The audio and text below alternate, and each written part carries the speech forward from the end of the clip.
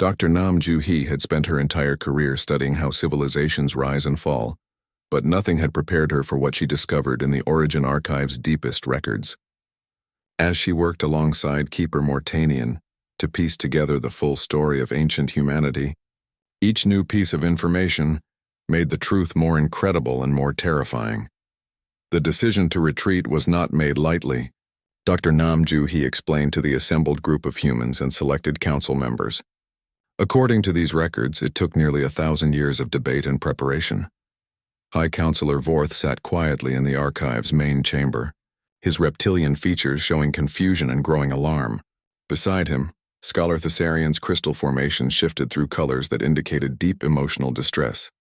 Ambassador Krillvex clicked his mandibles nervously, a sound that indicated extreme agitation in his species. You are telling us that our entire civilization exists because humans sacrifice their own? High Counselor Vorth asked slowly. Not just sacrificed, General Wang Hoseok corrected.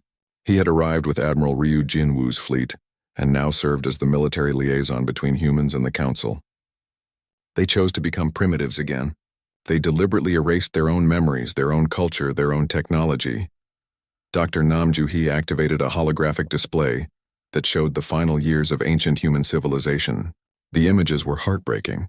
Vast cities being carefully dismantled, libraries being archived into hidden storage facilities, families saying goodbye as they prepared for genetic modification that would make them forget their own children's faces. The genetic modifications were the most difficult part, she continued. Humans had to alter their own brains to remove advanced knowledge while preserving basic intelligence and survival instincts. Essentially, they had to make themselves stupid enough that their descendants would take tens of thousands of years to rediscover space travel. Why? Demanded Council Member Zirion, a reptilian politician who had been among the most vocal opponents of human integration. Why not simply fight these devourers? General Wang Hoseok gestured, and new displays showed the aftermath of the devourers' previous attacks.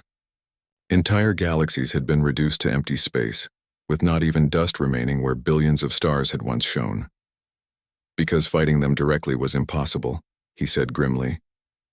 Look at these battle records. Every advanced species that tried to resist was completely destroyed. The devourers don't just kill, they consume everything. Matter, energy, even space itself gets absorbed into their systems. But humans discovered a pattern, Dr. Nam Ju-hee added. The devourers were attracted to advanced civilizations. The more technology a species developed, the more likely they were to be noticed. Primitive worlds were often ignored completely. Ambassador Krillvex made a sound of disbelief. So humans abandoned everything they had built just to hide from these creatures? Not abandoned, Keeper Mortanian interjected. Preserved. Every piece of technology, every scientific discovery, every cultural achievement was carefully stored in hidden installations. The plan was always to return when the threat had passed. Scholar Thessarian's crystal formations glowed brighter as she processed this information. The ancestral memories my people have been experiencing. They are real memories, aren't they? Genetic information passed down from when humans taught our ancestors. Yes, Dr. Nam Ju-hee confirmed. Humans didn't just guide your evolution. They formed emotional bonds with your species. They cared about you. That's why they were willing to sacrifice everything to protect you. The revelation hit the council members like a physical blow. For their entire history, they had believed themselves to be independent species that had developed through their own efforts. Learning that they were essentially human creations was difficult enough. But learning that humans had given up godlike power just to keep them safe was almost incomprehensible. There's more, General Wang Hoseok said. The retreat wasn't just about hiding. It was about preparation. For 200,000 years, hidden human installations have been studying the devourers, developing new weapons and strategies. He activated another display that showed a vast network of facilities throughout the galaxy. Most were deep underground or hidden inside asteroids and dead moons. Some were disguised as natural phenomena like nebulae or black holes. These installations have been running automated research programs for millennia, he explained. They've analyzed every scrap of data about the devourers, tested thousands of theoretical weapons, and prepared detailed battle plans for when the enemy returned. And they are returning, Admiral Ryu Jinwoo announced as he entered the chamber. He was a tall, imposing man with gray hair and sharp eyes that seemed to see everything.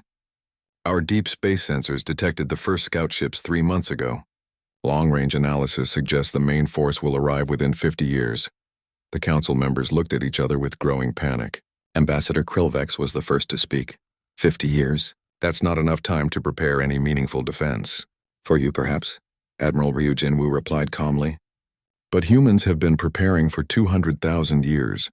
Our ships, our weapons, our strategies, everything has been designed specifically to fight the devourers. To demonstrate his point, the Admiral activated a communication device. Fleet Command, please show our guests the Restoration-class vessels. The holographic displays changed to show Admiral Ryu Jinwoo's fleet in detail. The ships were beautiful and terrifying at the same time. They looked like living creatures made of metal and energy, with smooth curves that seemed to flow like water. But the weapon systems were clearly visible.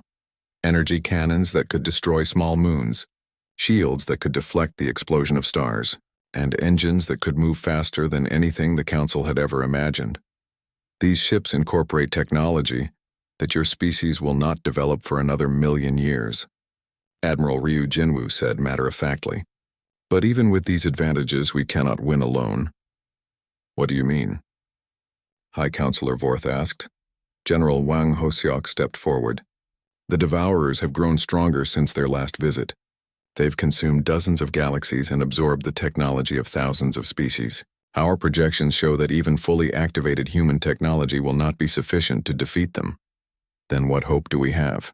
Scholar Thessarian asked, her crystal formations dimming with despair. Integration, Dr. Nam Ju-hee said firmly. Humans designed each council species to fulfill specific roles in galactic civilization. Your crystalline people are perfect for computing and energy manipulation. The insectoids excel at coordination and communication. The gaseous entities can manipulate matter at the molecular level. Each species has capabilities that humans lack. You're saying we were designed to fight alongside humans? Ambassador Krillvex asked. You were designed to be our partners, Admiral Ryu Jinwoo confirmed. Ancient humans could have simply created obedient servants, but instead, they chose to create independent species with their own cultures and beliefs. They wanted equals, not slaves. The revelation created a long moment of silence in the chamber. Finally, High Counselor Vorth spoke. This is overwhelming. You're asking us to accept that everything we believed about ourselves is wrong, that we are not independent species but human creations, that our entire purpose is to serve in some ancient war. Not serve, General Wang Hoseok corrected. Fight alongside as equals. Humans need your help as much as you need ours. But Council Member Zerian stood up angrily. This is madness. Even if I believed these stories, why should we follow the orders of a species that abandoned the galaxy for 200,000 years? You left us alone to develop on our own, and now you return demanding our obedience. We're not demanding anything, Admiral Ryu Jinwoo said calmly. We're asking for your help. The Devourers will consume every living thing in this galaxy if we don't stop them. That includes your species and ours. Ambassador Krillvex was quiet for a long time before speaking. Some of our people will never accept this. They will see you as invaders trying to conquer us with lies and tricks. We understand, Dr. Nam Ju-hee said gently. We're not asking for blind faith. The evidence is here in the archive. Your own genetic memories support our claims. And soon, when the Devourer scouts reach the outer systems, the threat will become undeniable. Scholar Thessarian's crystal formations suddenly flashed bright red. Wait, you said the scouts are already here? Admiral Ryu Jinwoo nodded grimly. 3 scout ships entered the galaxy's outer rim yesterday. Our monitoring stations are tracking their movements, but we haven't engaged them yet. Why not? High Counselor Vorth demanded. Because, General Wang Hoseok said quietly. We want the Council to see what we're facing. Sometimes the only way to unite people is to show them a common enemy. Professor Yoon Sang-ho arrived at the Origin Archive with a team of human scientists and a growing sense of unease. The reports from Dr. Kim Dong-woo and Dr. Park Mi-young had been so incredible that Earth's government had sent their best experts to investigate further. Show me everything, Professor Yoon Sang-ho said as soon as he met with the others. As a specialist in genetics and evolution, he wanted to examine the biological templates they had discovered. The archive seemed even more active now. Lights pulsed through the walls in complex patterns, and new sections had opened that archivist Zenith had never seen before. The ancient structure was waking up. responding to the presence of humans in ways that no one could have predicted. The genetic templates are in the central chamber, Dr. Park Mi-young explained, leading the way through corridors that seemed to reshape themselves as they walked. But there's something else you need to see first. They stopped at a massive circular room where holographic displays showed the evolutionary history of every council species. Professor Yoon Sang-ho watched in amazement as the displays demonstrated how primitive life forms had been gradually modified over millions of years. "This isn't natural evolution," he said immediately. "These changes are too directed, too purposeful. Someone was actively guiding these species toward intelligence." "That's what we thought," Dr. Kim Dong-woo agreed. "But look at this part." The display showed a timeline stretching back over 200,000 years. At the beginning of the timeline, one species dominated the galaxy: humans. They had advanced technology, vast cities on thousands of worlds, and starships that could travel between galaxies. But then, something changed. Around 200,000 years ago, human civilization began to collapse, Dr. Park Mi-young explained. Not from war or disaster, but by choice. They systematically destroyed their own technology and abandoned their colonies. Professor Yoon Sang-ho studied the data carefully. Why would an advanced species deliberately destroy itself? Before anyone could answer, a new voice spoke from hidden speakers throughout the chamber. The voice was clearly artificial, but it spoke in perfect human language with emotional inflections that suggested genuine intelligence. "Because we detected the approach of the devourers." Everyone spun around, looking for the source of the voice. Suddenly, a section of the wall opened, revealing a chamber they had not seen before. Inside stood a humanoid robot covered in smooth metal and glowing with soft blue light. "I am Keeper Mortanian," the robot said, stepping into the room. "I have been waiting for your return for 200,000 years." Commander Cho Hyejin immediately moved to a defensive position, but the robot made no threatening moves. Instead, it approached Professor Yoon Sang-ho and performed what looked like a formal bow. "You are the descendants of those who created me," Keeper Mortanian said. "You have forgotten your own history, but I remember everything." "You're saying we, humans, built this place?" Dr. Park Mi-young asked. "Not just this place. Humans built a galactic civilization that spanned millions of worlds. You were the first intelligent species to achieve interstellar travel in this galaxy. When you encountered primitive life forms on other worlds, you made a choice to help them evolve rather than simply conquer them." The robot gestured, and the holographic displays changed to show images of ancient human cities. They were beautiful beyond imagination. Floating structures that seemed to grow like living things, powered by energy sources that produced no pollution or waste. Human scientists worked alongside early versions of what would become the Council species, teaching them language, mathematics, and basic technology. For over 50,000 years, humans guided the development of 12 different species. Keeper Mortanian continued. "You gave them the tools they needed to become intelligent, then allowed them to develop their own cultures and beliefs." Professor Yoon Sang-ho was overwhelmed by the implications. "But what happened? Why did we abandon all of this?" "The devourers," the robot replied simply. "Entities from beyond this galaxy that consume advanced civilizations. Our deep space sensors detected them approaching, still thousands of years away but moving steadily toward us. New displays showed images that made everyone in the room shudder. The devourers were not living creatures in any sense that humans could understand. They were vast machines or energy beings that literally consumed matter and energy, converting entire star systems into fuel for their incomprehensible purposes.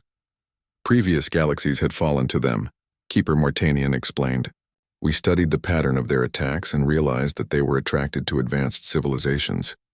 The more technology a species developed, the more likely they were to be noticed and consumed. So humans decided to hide," Dr. Kim Dong-woo said, understanding dawning on his face. "More than hide. Humans made the ultimate sacrifice. You deliberately destroyed your own civilization, erased your own history, and retreated to a single world, Earth. There, you used genetic modification to remove your advanced knowledge and make yourselves appear primitive." The robot showed them records of the Great Retreat, massive human ships departing from thousands of worlds, carrying only the most essential knowledge and technology. Cities being dismantled, computers being destroyed, even libraries being burned. In less than 1,000 years, the most advanced civilization in galactic history had made itself disappear. The plan was brilliant in its simplicity, Keeper Mortanian said. Humans would hide among their own uplifted species, appearing to be just another primitive world. The devourers would pass by without noticing, attracted instead to the more obvious civilizations you had created. And it worked, Professor Yoon Sang-ho realized. The devourers came, consumed some of the outer systems, but missed Earth entirely. Yes, but the plan was always intended to be temporary. Hidden installations throughout the galaxy preserved human technology and knowledge. When the time was right, humans would reclaim their heritage and protect the species they had created. Commander Cho Hyejin stepped forward. The time is right. How do you know? Because the devourers are returning, Keeper Mortanian said grimly. Our sensors have detected their scouts at the edge of the galaxy. They are more powerful now, having consumed dozens of other galaxies in the time since they last visited. The Council species alone cannot stand against them. The robot led them to another chamber where star charts showed the current positions of devourer forces. Red dots indicated enemy ships moving slowly but steadily toward the galaxy's inhabited systems. How long do we have? Dr. Park Mi-young asked. Perhaps 50 years before they reach the outer colonies. 100 years before they threaten the core worlds. Professor Yoon Sang-ho was quiet for a long time, processing everything they had learned. Finally, he asked the question that everyone was thinking. What happened to human technology? Do we still have access to it? Keeper Mortanian's glowing eyes brightened.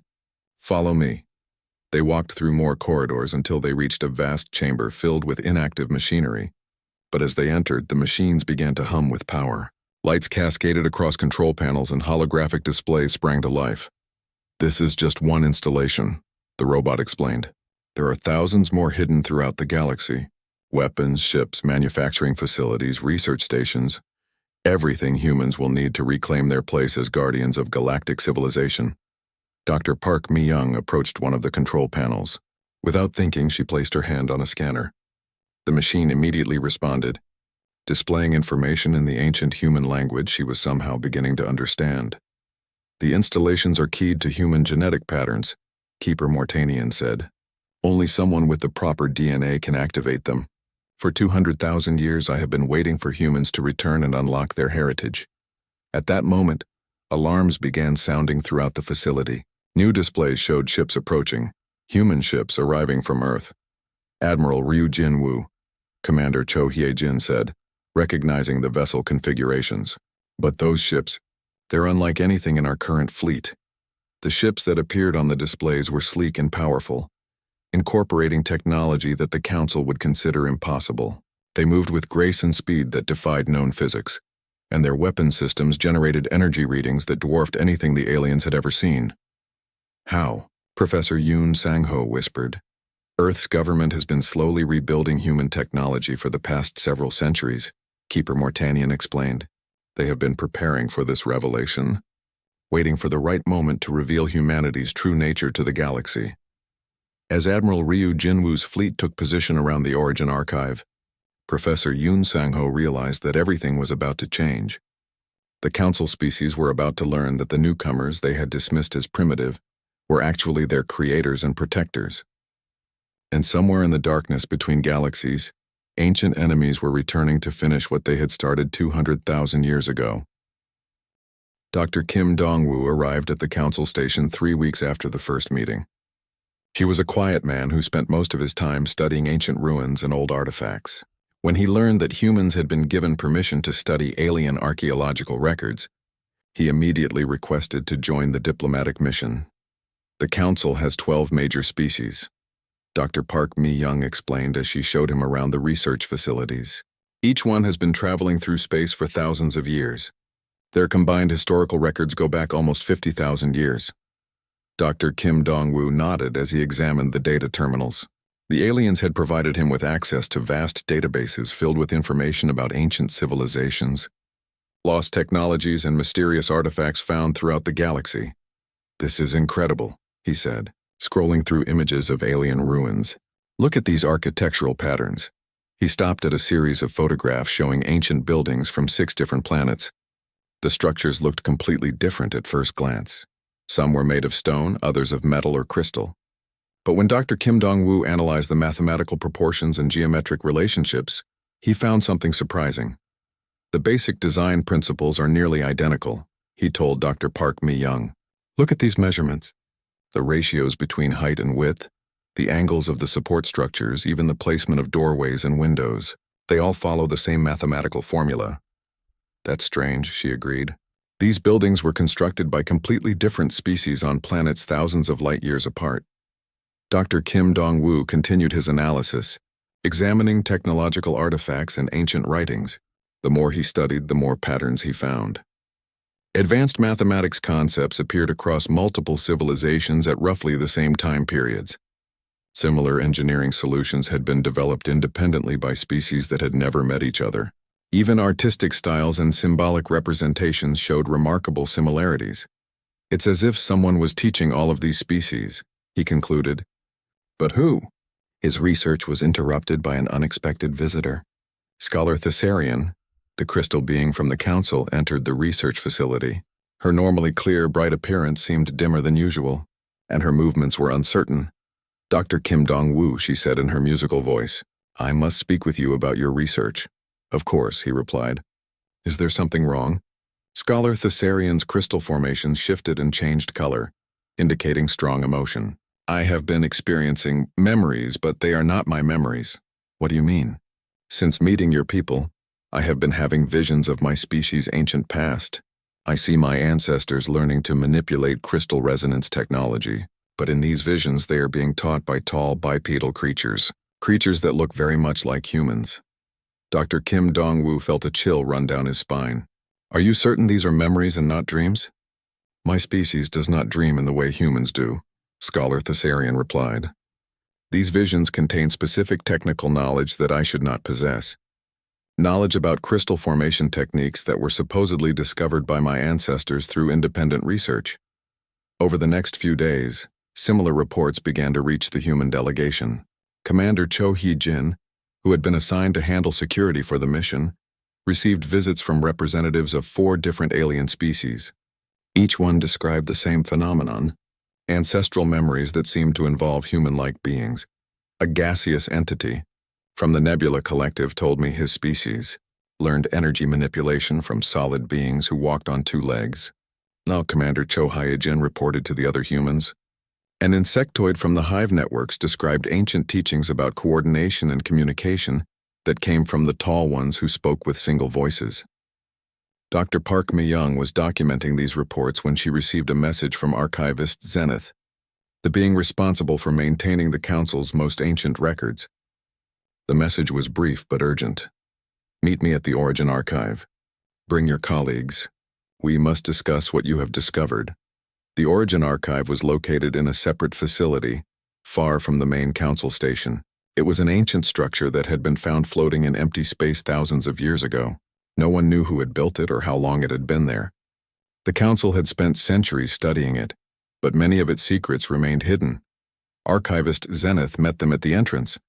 He was a being of pure energy, contained within a specially designed mechanical suit that allowed him to interact with physical objects. His voice came from speakers built into the suit.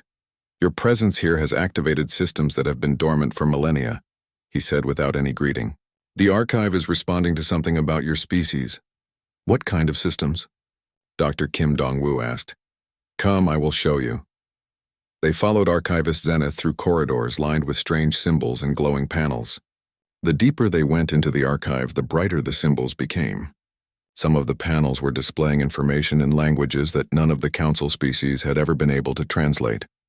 These writings have been a mystery for over 30,000 years, Archivist Zenith explained. We have tried every known translation method, but the language appears to be completely unique. Dr. Park Mi-young studied the symbols carefully. Something about them seemed familiar, though she could not explain why. May I try to analyze these? Of course, but I doubt you will have more success than our greatest linguists. Dr. Park Mi-young spent several hours examining the symbols. She noticed that some of them appeared to be mathematical notations, while others might represent sounds or concepts. Gradually, she began to see patterns in the way they were arranged. I think this might be a root language, she said finally. The basic structure seems designed to be learned by many different types of minds. Look at this section. It appears to be teaching fundamental concepts like numbers, time, and spatial relationships. As she spoke, something remarkable happened. The symbols on the walls began to glow brighter, and new text appeared on previously blank panels. The archive was responding to her analysis, revealing more information as she demonstrated understanding of the language. "Impossible," whispered Archivist Zenith. "The archive has never responded this way to any of our translation attempts." Dr. Kim Dong-woo was studying a new panel that had just activated. "These look like technical diagrams," he said. "Blueprints for some kind of technology." The blueprints showed detailed plans for energy systems, propulsion methods, and communication devices. But what shocked Dr. Kim Dong-woo was that he recognized many of the design principles. They were similar to technologies that human scientists had developed, but far more advanced. "This is human engineering," he said slowly.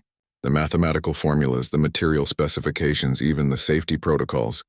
This technology was designed by minds that think like human minds."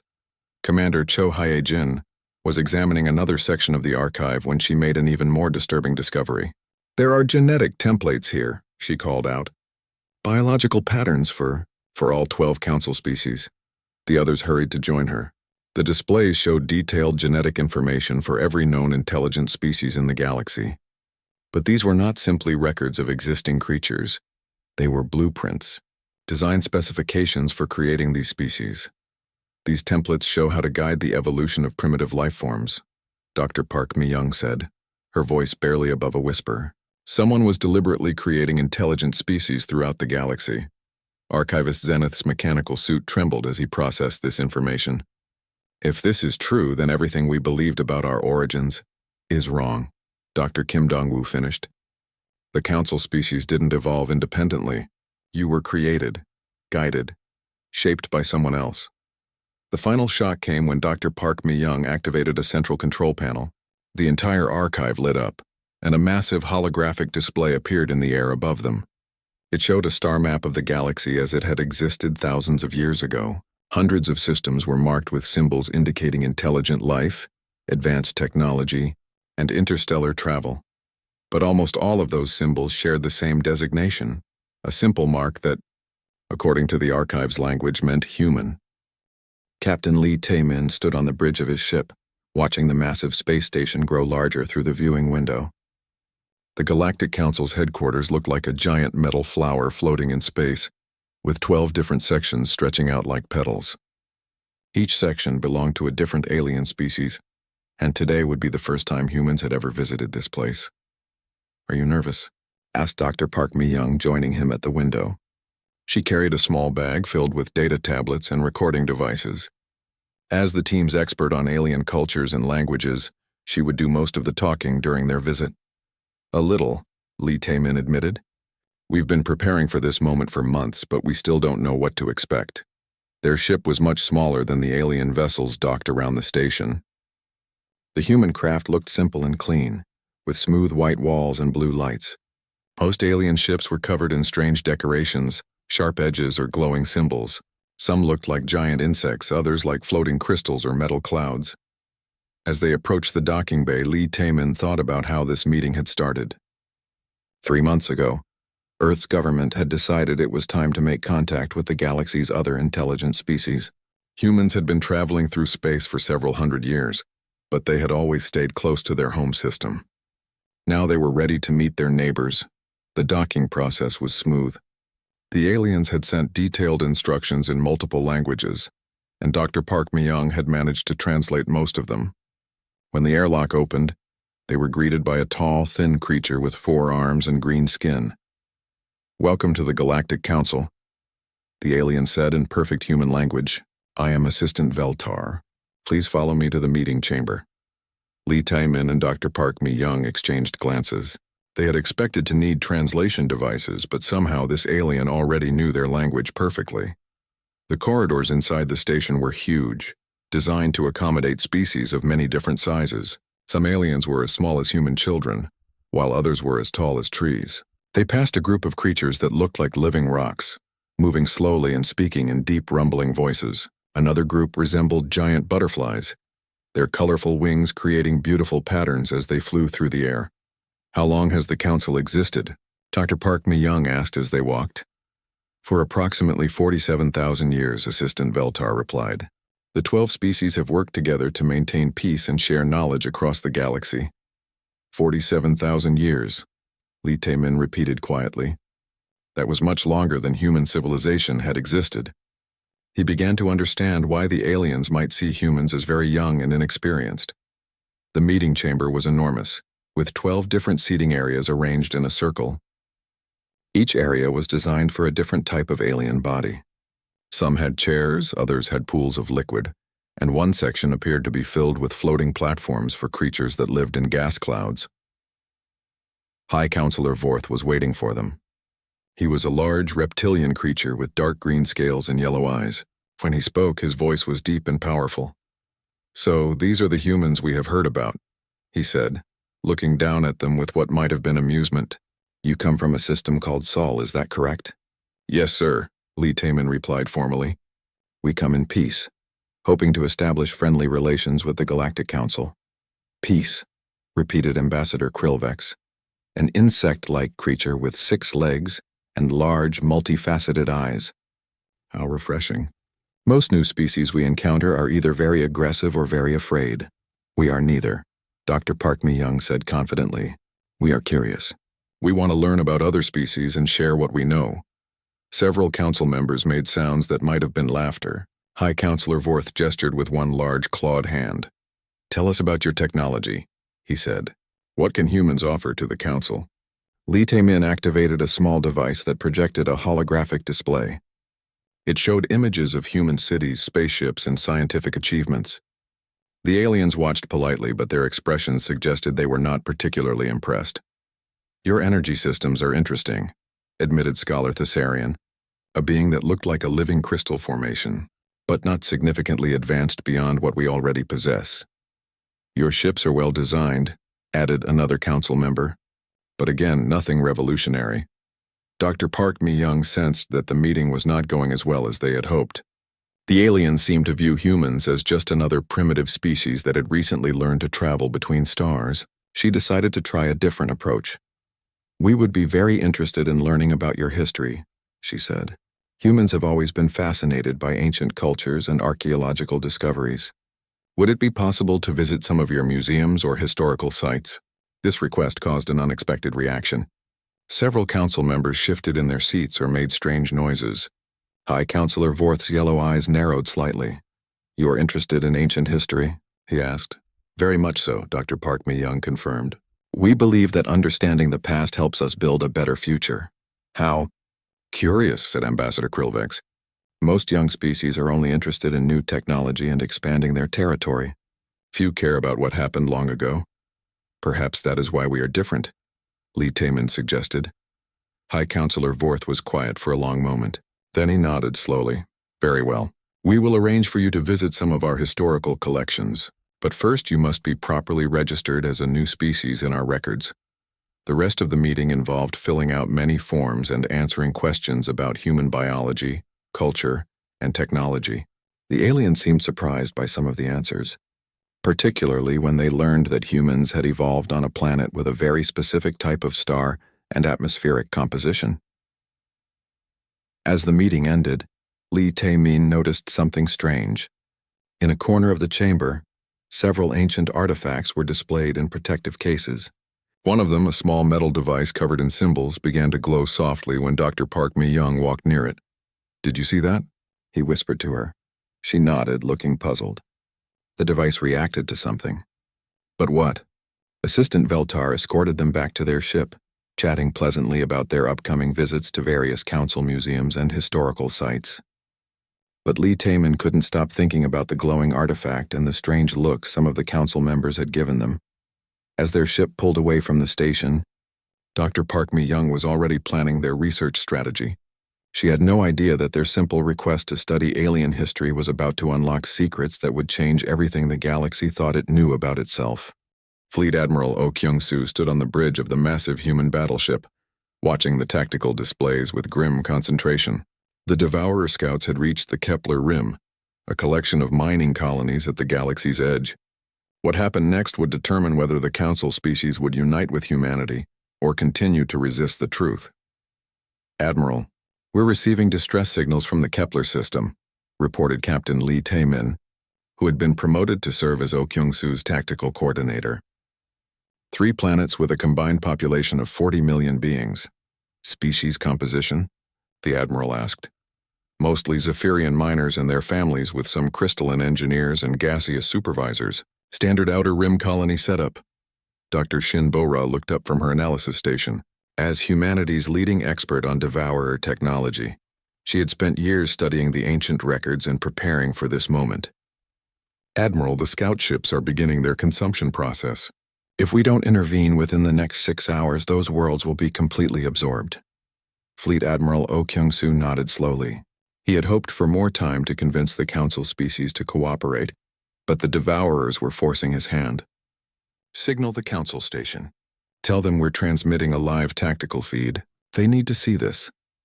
Back at the Origin Archive, High Counselor Vorth and the other Council members gathered around the holographic displays with a mixture of fear and skepticism. Many still doubted the human claims about ancient history and galactic threats, but the distress signals from the Kepler rim were real, and 3 massive objects were approaching the mining colonies. "What exactly are we looking at?" Ambassador Krillvex asked as the displays showed the Devourer scouts. Dr. Shin Bo-ra's voice came through the communication system from the human fleet. "They're not ships in any sense you would understand. They're more like living machines, each one approximately the size of a small moon. They don't use traditional propulsion. They manipulate space itself to move." The Devourer scouts looked like nothing any of the Council species had ever seen. They were roughly spherical, but covered in constantly shifting geometric patterns that hurt to look at directly. Energy fields surrounded them like diseased auras, and space itself seemed to bend and twist in their presence. "They're beginning the consumption process," Dr. Shin Bo-ra continued. "Watch the first planet." On the displays, one of the Kepler worlds suddenly began to change. The planet's surface started to dissolve, not through explosion or fire, but through some process that converted solid matter directly into energy. The atmosphere was absorbed first, then the oceans, then the land itself. Within minutes, what had been a thriving world became empty space. 40 million people, Scholar Thessarian whispered, her crystal formations flickering with horror. Gone in minutes. "The energy from the consumed matter is being processed and stored," Dr. Shin Bo-ra explained. "The Devourers use it to power their movement and reproduction. Every planet they consume makes them stronger." High Counselor Vorth watched in stunned silence as the second planet began to dissolve. "What weapons do they have? How do we fight them?" "That's the problem," came the voice of General Wang Ho-seok. "Traditional weapons are useless. Energy beams, projectiles, even nuclear weapons are simply absorbed and converted into more power for the Devourers." The third planet was beginning to dissolve when Fleet Admiral Oh Kyung-soo made his decision. "All ships attack formation. Target the lead scout with primary weapons." The Council members watched as the human fleet moved into battle. The ships were beautiful and deadly, their hull designs flowing like liquid metal. When they fired their weapons, the energy beams were unlike anything the aliens had ever seen. Not simple lasers or plasma bolts, but complex energy patterns that seemed to twist reality itself. "Those weapons," Ambassador Krillvex said in amazement. "They're actually damaging the scout ship." The lead Devourer scout was indeed being affected by the human weapons. Parts of its surface were flickering and losing coherence, and its consumption of the third planet had slowed significantly. "How is this possible?" High Counselor Vorth demanded. Captain Lee Taemin's voice came through the communication link. "Human weapons are designed specifically to disrupt the Devourer's matter conversion process. We use harmonic resonance patterns that interfere with their ability to absorb energy." The battle continued for several hours. The human fleet showed incredible coordination and tactical skill, using strategies that seemed impossible to the watching Council members. Ships would disappear from one location and instantly appear somewhere else. Others seemed to phase in and out of reality, becoming temporarily invulnerable to the Devourer's counterattacks. But despite their advanced technology, the humans were clearly struggling. The Devourer scouts adapted quickly to each new weapon type, and their defensive capabilities were enormous. "We're barely holding them back," Fleet Admiral Oh Kyung-soo reported grimly. "And these are just scouts. The main force will be thousands of times larger." Commodore Beck Sumin, the fleet's chief strategist, transmitted tactical analysis to the Council station. Our projections show that the full Devourer force will arrive in approximately 50 years. When they do, they'll bring not 3 scouts, but 3 million main battle units, each one capable of consuming an entire star system. The numbers were so overwhelming that several council members simply stood in shocked silence. Scholar Thessarian was the first to speak. "What do you need from us?" "Integration," Admiral Oh Kyung-soo replied immediately. "Human technology alone isn't enough. But if we combine our weapons with your species' unique abilities, we might have a chance."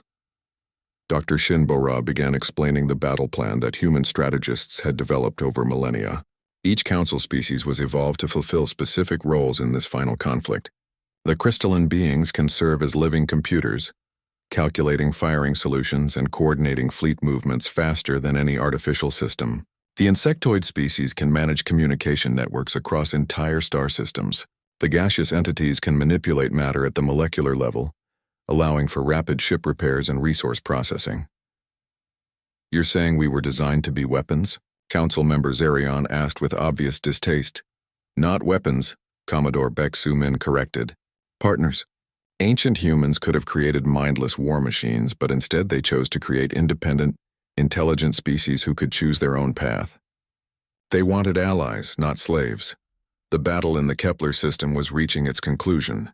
The human fleet had managed to drive off 2 of the Devourer scouts, but the third had completed its consumption of all 3 planets. 40 million beings had been reduced to raw energy, which the scout was now using to repair the damage from human weapons. "The scout is withdrawing," Captain Lee Taemin reported, "but it's carrying information about our weapons and tactics back to the main force." "Let it go," Fleet Admiral Oh Kyung-soo ordered. "We've accomplished what we needed to." High Counselor Vorth understood immediately. "You wanted the Council to see the threat, to understand that this isn't some human trick or attempt at conquest. The Devourers are real," Admiral Oh Kyung-soo confirmed. "They're coming whether we're prepared or not. The only question is whether we face them as divided species fighting separately, or as a united galaxy working together." The holographic displays showed the aftermath of the battle. Where 3 thriving worlds had existed hours before, there was now only empty space. The Devourer scout was retreating toward the galaxy's edge, carrying with it the energy of 40 million lives. Ambassador Krillvex was quiet for a long time before speaking. "How long do we have to prepare?" 50 years to get ready for the main invasion," Dr. Shinbora replied. "But they'll send more scouts before then, larger groups testing our defenses and consuming more worlds." "And if we refuse to cooperate?" Council member Zarion asked. Commodore Beck Sumin's response was blunt. "Then in 50 years, every living thing in this galaxy will be dead. The Devourers don't negotiate, they don't take prisoners, and they don't leave survivors. They consume everything." Scholar Thessarian's crystal formations shifted to a deep blue color that indicated firm resolve. "What do we need to do?" Fleet Admiral Oh Kyung-soo smiled for the first time since the crisis began. "First, we activate the remaining human installations throughout the galaxy. Then we begin integrating Council technologies with human weapons systems. And finally, we start training for the largest battle in galactic history." The displays showed new images, ancient human facilities awakening across hundreds of star systems, their dormant technologies coming online after 200,000 years of waiting. The galaxy was about to transform into something it had never been before. A unified civilization prepared to defend itself against the ultimate threat.